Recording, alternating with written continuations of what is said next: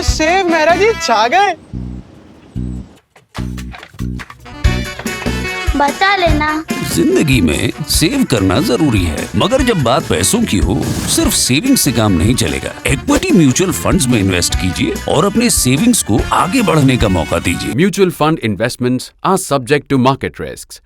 Read all scheme-related documents carefully. Hello and welcome back to World 360. One of the key functions of journalism is telling stories that can play a role in driving change or even upturning the status quo. That's exactly what happened this week in Sudan when an expose by CNN triggered protests against the military junta in the African nation, after which the junta launched a manhunt to track down those who supplied CNN with information. But before we delve into this and how it happened, it's important to understand how Sudan has come so close yet so far from democracy.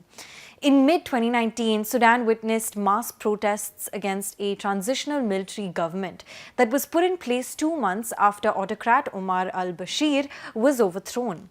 In 2020, things started to look up when a civilian transitional government was installed. But in October 2021, a military coup took place. If you're a regular viewer of the show, you know that we've covered Sudan countless times, especially since the military coup last October.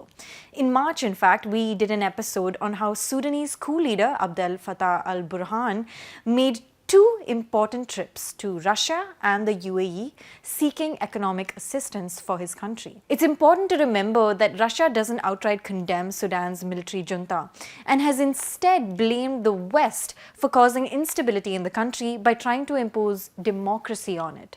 More so, Russia has a special economic interest in Sudan, especially in its gold sector. Keeping this in mind, let's delve into what happened this week. On 29th July, CNN published an investigative report which was 7 months in the making, and it traced how Russia is allegedly plundering gold in Sudan to boost the war effort in Ukraine. At the moment, Moscow is hobbled by Western sanctions and is looking at other such avenues to strengthen Russian wealth. The report also alleged that Sudanese military rulers were complicit.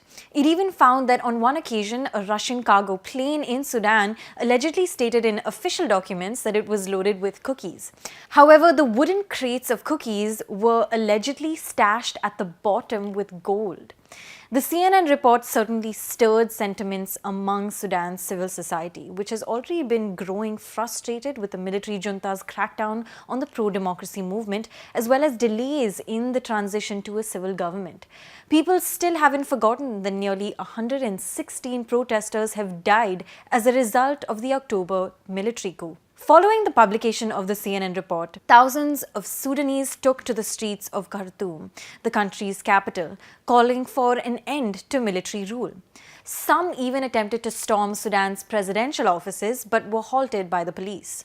They accused Sudan's military leadership of being thieving soldiers, and many chanted, "Down with Burhan," referring to coup leader Abdel Fattah al-Burhan. Post the protests, Sudan's military leaders launched a manhunt for those suspected of supplying information to CNN.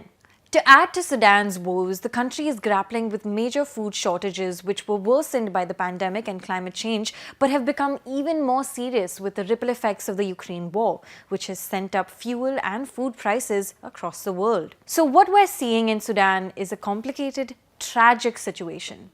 You have an economically beleaguered military junta helping prop up Russian wealth to boost the Ukraine war effort. But the longer the Ukraine war continues and the global food crisis deepens, the longer Sudanese people go hungry. Thank you so much for watching. This is Pia Krishnankutty for The Print. Do subscribe to ThePrint.in and follow us on social media.